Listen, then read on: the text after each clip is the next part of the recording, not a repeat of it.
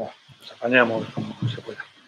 Afortunadamente tengo la voz mejor que Elena, que ha hecho muy bien en avisarnos, que nos esperamos por ella, porque nos ha permitido disfrutar de su exposición. Que digo un poco lo que Pilar, muchas gracias al centro. Me parece que los centros públicos tienen que estar abiertos al barrio, abiertos a la sociedad y abiertos a este tipo de participación de la comunidad educativa, de los vecinos y de los ciudadanos. Y hay una tendencia por las presiones de arriba, de la edad, algunas muy autoritarias, como la de Madrid Capital, a cerrar los centros, a la participación de las personas. Pues dar las gracias y dar las gracias a la plataforma de Tetuán por organizar el debate. Yo creo que ha puesto muy bien en suerte, Elena, la segunda parte, que es ¿qué pasa en Madrid? ¿Qué tenemos en Madrid? Yo creo que más que entrar a un desglose artículo a artículo de qué significa la ley maestra, lo que haré un poco es centrarme en algunos de los aspectos más negativos, pero sobre todo hablar de la ley maestra en el contexto de la política educativa que está aplicando la derecha en Madrid desde hace ya varias décadas, desgraciadamente. Para empezar, el título de la ley es profundamente engañoso. La ley lo que hace es llamar maestra, que es una palabra bella, hermosa, algo que es un bodrio, que incluso desde el punto de vista técnico, de técnica legislativa, es bastante mala. Se nota que quien lo ha redactado desde el interés, lo ha redactado con información que podemos tener nosotros desde algunos sectores de la concertada. Entonces, en fin, la neolengua es un título que pretende engañar, primero con la calificación de maestra, que es pues un insulto a los docentes, y también con la definición, ¿no?, de libertad de elección educativa. Eso de libertad de elección educativa que suena muy bien y que, bueno, están dando una batalla con este término, con este concepto desde hace mucho tiempo, para hacer exactamente lo contrario, para desmantelar la educación pública y para privatizarla. En la práctica, como luego explicaré, se convierte en el disfraz de la mentira. Y no hay que irse muy lejos. El ejemplo que decía Pilar de lo que están haciendo de imponer en contra de las familias y de los educadores el cierre del ciclo de 3 a 6 años en las escuelas infantiles públicas de la Comunidad de Madrid va en esa línea. La negativa a construir nuevas infraestructuras públicas que demandan las familias y meter colegios concertados va en esa línea. Es pura filifa. Pero lo que sí que hace muy bien este gobierno, y especialmente su presidenta, es poner señuelos para confundir y para despistar. Yo he llegado a decir que Ayuso hace como la gallinita de la Pampa, que es una volátil de ahí del cono sur, que pone los huevos en un sitio y da los gritos en otro para despistar. Y eso hace ella también con el tema de la ley maestra. Se inventa una serie de virtudes que ojalá tuviera. En mi opinión, la LOMLOE. La LOMLOE tiene cosas muy interesantes y yo creo que está muy bien el desglose que ha hecho Elena, ¿no?, muy sistemático y muy bien explicado. Pero hay cosas que no dice. Y sin embargo, insiste, exagera, acentúa, construye discurso el Gobierno de Madrid para tomar medidas muy concretas sobre aquello que les interesa. Dice, la LOMLOE va en contra de los centros de educación especial. Quiere cerrarlos, todos. La LOMLOE va en contra de la concertada. Quiere cerrarla, quiere liquidarla. La LOMLOE va en contra del castellano en Madrid, como si hubiera algún problema con el castellano como lengua vehicular. En todo caso, lo habría por el programa bilingüe que imponen a veces de forma tremenda. Ahora quieren meterlo en contra de la opinión de los centros que no lo han demandado para la etapa de 3 a 6 años. Quieren meterlo porque hay muchos centros que no lo quieren, que además no se llevan, no es desde el punto de vista pedagógico es bastante aberrante, lo quieren imponer.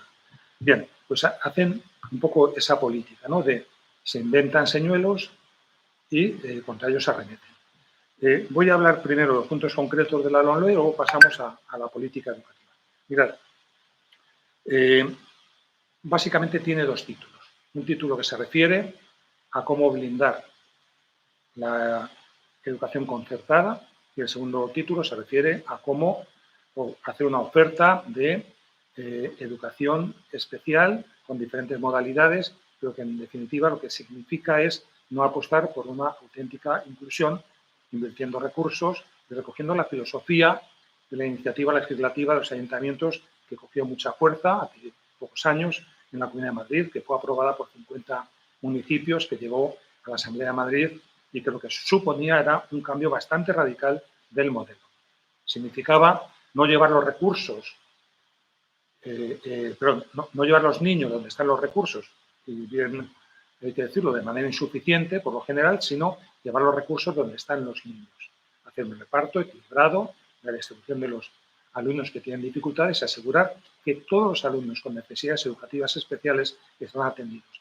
Esta ley básicamente habla de los alumnos que tienen algún tipo de discapacidad, pero deja fuera a muchos otros perfiles que también son de necesidades educativas. No habla de alumnos TEA, no habla de alumnos con otras capacidades, no habla de alumnos con necesidades compensatorias, no habla de alumnos con dificultad de aprendizaje. Es mucho más amplio, más diverso el mundo escolar. Bien, lo que hace es establecer diferentes modalidades para clasificarlos, que es una manera de segregar. Entendemos y entienden también un poco la academia, los expertos, que esto va en contra de la Convención de Naciones Unidas sobre Derechos de las Personas con Discapacidad, que ratificó España en el año 2007. Entonces, dedica todo un título a ello y en el fondo es mantener el mismo sistema actual y destrozar un poco aquel impulso de la iniciativa legislativa, que fue una cosa muy potente, que les supuso, en fin, colocarles en una situación difícil a la Administración Educativa y al Gobierno de Madrid, porque suponía un cambio radical de filosofía, de inversión, de organización de espacios, de formación del profesorado. Claro, eso no quieren hacerlo, porque como luego explicaré, lo que hay detrás de todo esto también es un ahorro de recursos. Es hacer una educación low cost, con carácter general, y eso sí, invertir más donde consideran que tienen que hacerlo para asegurar esa reproducción del sistema, esa formación suficiente de las élites. Ese es el primer punto así importante, que lo recoge en un título completo, entonces habla de diferentes modalidades. Luego, por ver algunos asuntos concretos. Claro que blinda y consolida la posibilidad de dar conciertos a centros que segregan por sexo. Es algo que no tiene nada que ver, no tiene razones pedagógicas que lo avalen. Es algo que tiene que ver con una filosofía del papel del hombre y de la mujer, muy antiigualitaria y muy arcaica y muy antigua. O tiene que ver, yo qué sé, con los fantasmas de determinados sectores ultrarreligiosos, sectas ultrarreligiosas que defienden este modelo. Yo recuerdo que iba a una piscina que separaba a chicos y a chicas ahí en Usera, en la Plaza Lítica, en las hermandades, las escuelas del franquismo, de niños y niñas por separado. Es que es un disparate en estos tiempos. Si me pusiera una piscina que separase niños y niñas, diríamos, están locos. Pues lo que se hace, manteniendo centros que encima financiamos con fondos públicos, es ese mismo disparate. Mirad, en Cataluña, yo no sé cuánto se gasta en Madrid, sé que en Cataluña se gastan 43 millones de euros en financiar colegios del Opus que segregan por sexo. Es una barbaridad. Bueno, pues lo blindan y lo consolidan aquí. Bueno, en general todo el título primero, este es un tema muy concreto, pero todo el título primero en diferentes artículos orientado hacia el blindaje de la educación privada y concertada. Que además que puedan actuar segregando con toda impunidad, que nadie intervenga, que miren para otro lado, que segreguen no solo los alumnos que tienen necesidades educativas y que se concentran mayoritariamente en los centros públicos y no aportan su cuota alícuota de responsabilidad a la hora de hacerse cargo, al estar financiados con fondos públicos del alumnado que lo necesita, sino que segregan por la cara por razones socioeconómicas y que cobran cuotas y que son ilegales y que nadie actúa y que nadie interviene. En esa misma línea de favorecer el negocio privado está el tema del regalo de suelo público. Aquí permiten, un tema que intenta evitarse de la LOE, permiten, bueno, pues conceder suelo público a empresas privadas que hacen negocio, muchas de ellas que no tienen ni siquiera una tradición educativa o un anclaje o en fin, un conocimiento del medio. Pueden ser fondos de inversión, pueden ser, bueno, pues simple empresarios que invierten ahí, que son a veces de empresas multisectoriales que se dedican a muchas actividades. ¿Qué más cosas hay aquí? La posibilidad de publicar ranking con la clasificación de los centros educativos. Eso es una enmienda de Vox que metió en el último momento, que lo permite, que también lo intenta evitar la LOMLOE. ¿Qué buscan con ello? Pues clasificar, segregar, establecer diferencias dentro de primer nivel, de segundo nivel. En definitiva, marcar un poco centros de ricos, centros de pobres, porque no tiene otra finalidad más que esa. No es el intentar combatir la segregación aportando más medios y recursos a quien más lo necesita, que es un principio de equidad fundamental, ¿no? No dar a todos en igual proporción, sino más a quien más lo necesita. Entonces, ese es otro elemento que también se introduce aquí. Hay otro elemento más, otra cuestión que aparece en la ley, que es la consolidación del distrito único, que también va en contra de la tendencia que intenta marcar la LOMLOE de una escolarización de proximidad, que tiene muchísimas ventajas. La principal ventaja que tiene la escolarización de proximidad es que uno se relaciona con los de su barrio, con los de su zona, con sus iguales, con sus conocidos, no se desarraiga del barrio para ir a otro sitio. Y tengan la capacidad que tengan.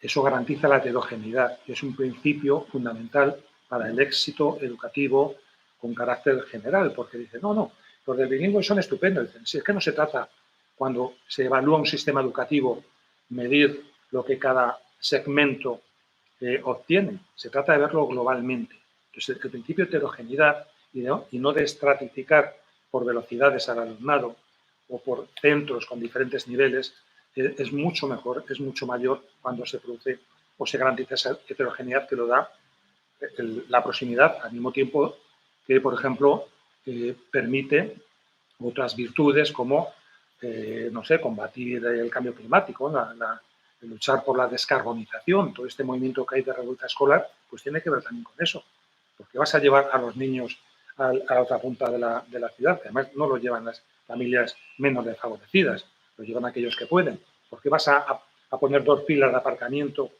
en cadena o tirar de rutas y de autocares? Que son temas que afectan no solo la calidad educativa, la heterogeneidad del alumnado, sino también la calidad de vida y la lucha contra retos que tiene esta sociedad y que tiene la humanidad. Hay 2 cosas, más allá del contenido concreto, 2 cuestiones políticas que sí que quería hacer un pequeño comentario. La ley maestra tiene ese objetivo de blindar la concertada y blindar también los centros de educación especial para no invertir y no apostar por un modelo de educación realmente inclusivo, pero va buscando también una finalidad política, que es la de confrontarse con el gobierno estatal. Eso lo hace muy bien el gobierno de Madrid y en concreto la presidenta, Isabel Díaz Ayuso. No ha hecho otra cosa desde que entró en el año 2019. Es más, lo ha hecho incluso en contra, compitiendo dentro de su partido, ¿no? De su ambiciones desmedida, y entonces confronta con Pedro Sánchez con la pandemia, confronta con el resto de presidentes autonómicos de alrededor y sale y dice lo contrario, confronta con la dirección de su partido porque aspira a. Bueno, pues lo ha utilizado de manera torticera en una batalla política por sus ambiciones que no aporta nada a la educación de, en fin, el alumnado de la Comunidad de Madrid. Y el otro tema que quería resaltar desde el punto de vista político, que no es estrictamente contenido, es el atropello democrático que ha supuesto la tramitación. Esto era una ley, no era una ley de lectura única, no era una ley por trámite de urgencia, era una ley ordinaria. Lo han ventilado en 3 meses, pero prácticamente sin reuniones. Hubo un primer debate en el Pleno de la Asamblea, a la totalidad, se ventiló con una votación con los brazos de madera y la mayoría que hay en la Asamblea. Hubo una sola sesión de comparecencias donde había 9 personas de la sociedad civil para que comparecieran allí. 9 personas en un solo día lo encajaron. Cada comparecencia sin tiempos muertos es 1 hora y 10 minutos. Es decir, era todo el santo día allí sin poderse levantar, sobre todo los grupos donde estamos una sola persona. Y hubo una sola reunión de ponencia donde se nos daba 5 minutos a cada grupo para defender en bloque todas las enmiendas y coger y votarlas en bloque, y una reunión de comisión donde nos planteaban lo mismo, nos acabamos levantando, y otra sesión de cierre de aprobación final. Así han ventilado un debate que debería ser fundamental, haberse dedicado el tiempo necesario para que cada cual hubiera defendido sus intereses. ¿Es un tema menor este? No es un tema menor. La democracia son contenidos, pero también son formas. El PP y Vox, que han actuado a la limón, tienen votos suficientes para aprobar la ley, pero no tienen patente de corso para saltarse los acuerdos que habíamos adoptado, el procedimiento que se había fijado, y las reglas del juego, un mínimo planteamiento democrático de debate, de exposición de las enmiendas una a una. Votan en contra, pero se pueden explicar, se pueden definir allí. Lo importante es la ley, pero es más importante la política. Hago una segunda parte y abrimos el debate. A ver, fundamentalmente esta ley supone un nuevo asalto a la educación pública. Lo de nuevo, he explicado el contenido, en qué consiste. El asalto es el asalto que vienen aplicando sistemáticamente desde hace tiempo. Si ponemos en contexto cómo está la situación de la educación de Madrid, podemos ver los siguientes datos. El consejero Osorio reconoció en sede parlamentaria una cosa que pone los pelos de punta. Yo lo he escrito en algún artículo, pero no sé si está suficientemente difundido. En Madrid capital, solo el 40% del alumnado está escolarizado en la educación pública, en centros públicos. Solo el 40%. Y es más, dice, y hay barrios donde es el 70% el que está fuera de la educación pública. Es decir, que apenas la educación pública tiene el 30% de alumno escolarizado en distritos de Madrid capital. Fuerte. En la comunidad está en un 54% la escolarización en la pública, en el Estado creo que son 67%, y en Europa, en los grandes países europeos, está en torno al 90%. Y claro, dice, no, será a lo mejor por el tema religioso, católico, que va. Es que en Polonia, en Irlanda, que son países eminentemente católicos, está prácticamente el 100%. Y aquellos países de mayor éxito educativo, como puede ser Finlandia, tiene, no sé si es un 97% de alumnado escolarizado en la pública. Es decir, que somos un anacronismo y se sigue avanzando en esa dirección. El modelo que tienen es un modelo de un 70-30% en favor de la privada y concertada y dejar de manera subsidiaria a la red pública. Y ese es el gran reto que tenemos. Estoy hablando del ámbito de la enseñanza no universitaria. La enseñanza universitaria, gasto un minuto para deciros que están haciendo lo mismo.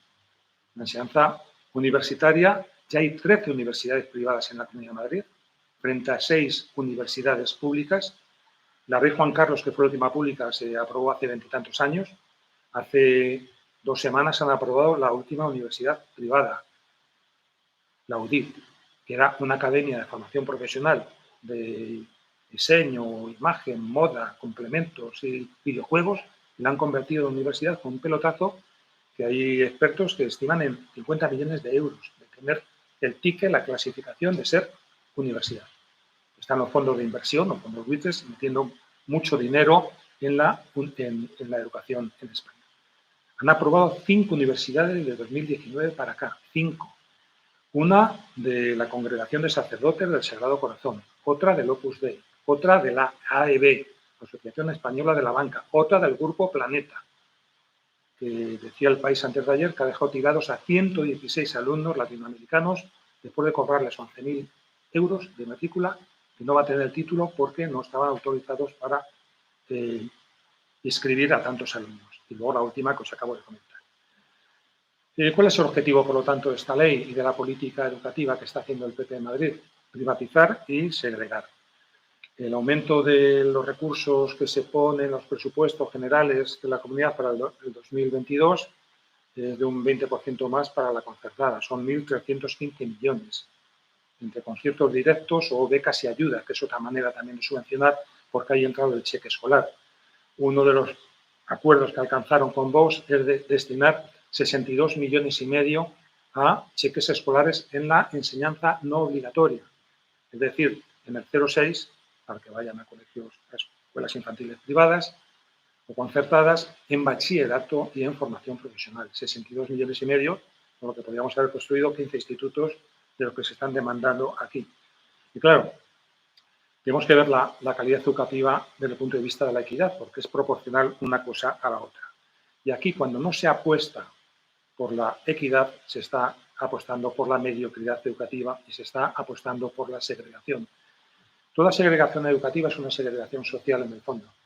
Y toda segregación educativa y social es injusta, es ineficaz, porque hace que se pierdan muchos recursos y es peligrosa, porque genera guetos y porque va en contra de la cohesión social.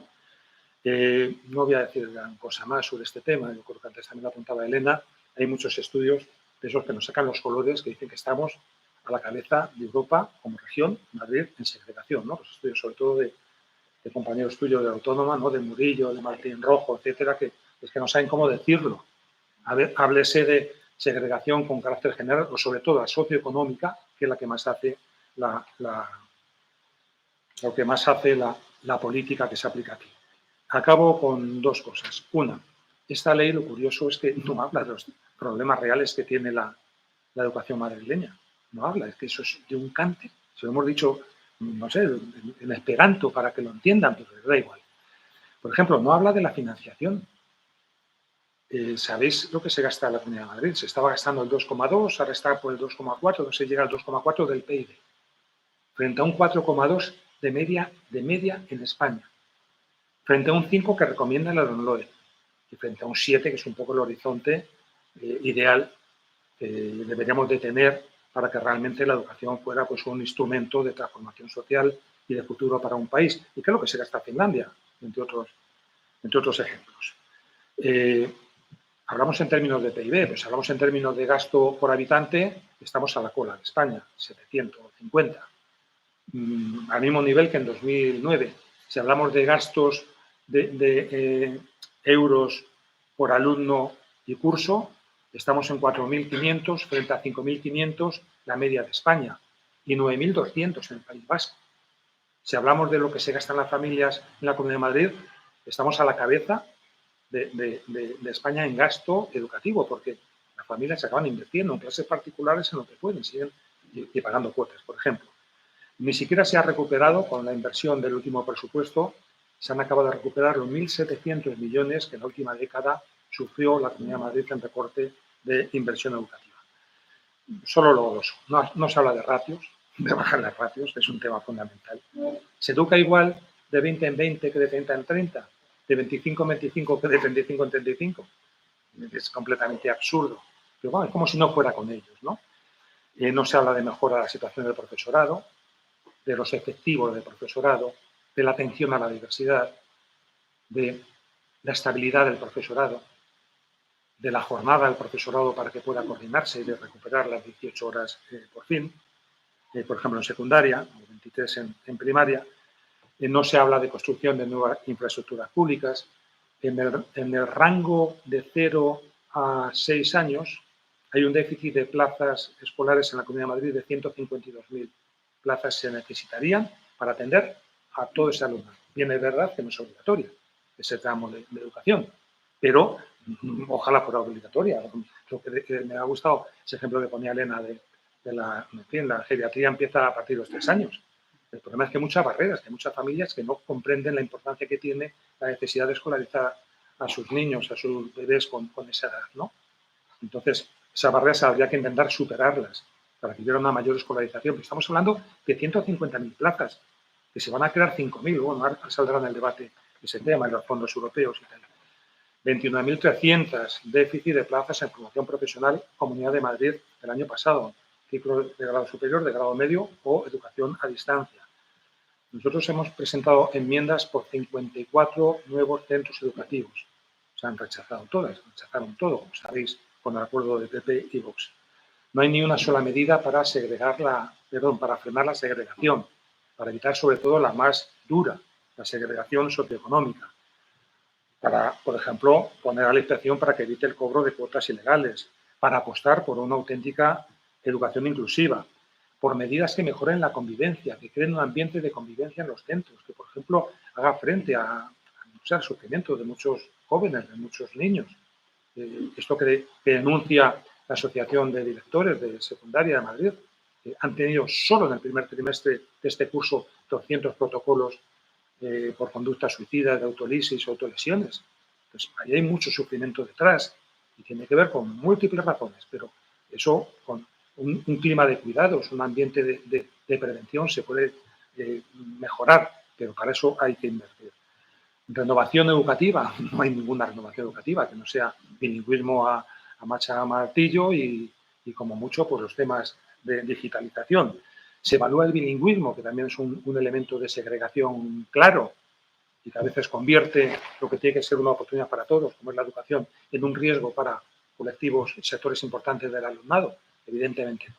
En fin, termino diciendo que nosotros hemos dicho que cuando hay una mayoría política suficiente en la Comunidad de Madrid habrá que cambiar esta ley, derogarla, pero sobre todo habrá que cambiar la política educativa. El gran reto que tiene la Comunidad de Madrid es fortalecer la educación pública. Y desgraciadamente la LOMLOE en eso no nos ayuda mucho.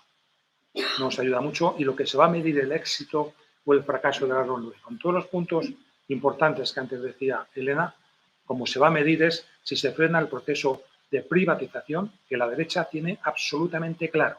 Y lo hace, pues, fundamentalmente por la razón de que, bueno, a ellos no les importa que crezcan las desigualdades sociales y porque la filosofía que tenían aquí en la cabeza cuando sacan la ley ERC la siguen manteniendo.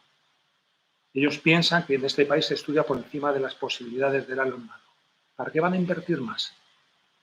Si luego muchos alumnos, cuando titulan, se acaban yendo al extranjero a ejercer o están subempleados en trabajos que nada tienen que ver con lo que han estudiado. Entonces, desde esa filosofía, esa mentalidad, ahorran por una parte y por otra parte tienen la mentalidad de hacer negocio. Hacer negocio. No sé si leerlo ahora o lo dejo para después, pero hay una frase de... Lo voy a leer ahora, ya cerramos con ello. Hay una frase de Vargas Llosa, que me gusta como escritor, pero le he cogido la frase porque es que me parece que es tremenda. Este sí que es liberal. Es un conspicuo neoliberal. Pero fijaros lo que dice Vargas Llosa. Dice, un país que busca la justicia en la libertad debe gastar sumas importantes en crear una educación pública de muy alto nivel, pagando y preparando a los mejores maestros y construyendo colegios y escuelas que puedan competir con las privadas y superarlas. Lo dice Vargas Llosa. Es que los de aquí no son liberales. Los de aquí están al negocio de los amigos, muchas veces a ese negocio, a alentar un sistema de corrupción y de comisiones y de prebendas que no hay por dónde cogerlo. Acabo con ello. El caso de Granado, los colegios concertados públicos donde cobraban entre 900.000 euros o 1.100.000 euros por cada colegio público que daban, y que así se refleja en el sumario de la operación pública, es un auténtico escándalo. Y esperemos que no haya más cosas de esas, porque hay barrios que están exigiendo sus centros públicos y donde van a meter y próximamente centros concertados al margen de la libertad de elección de las familias.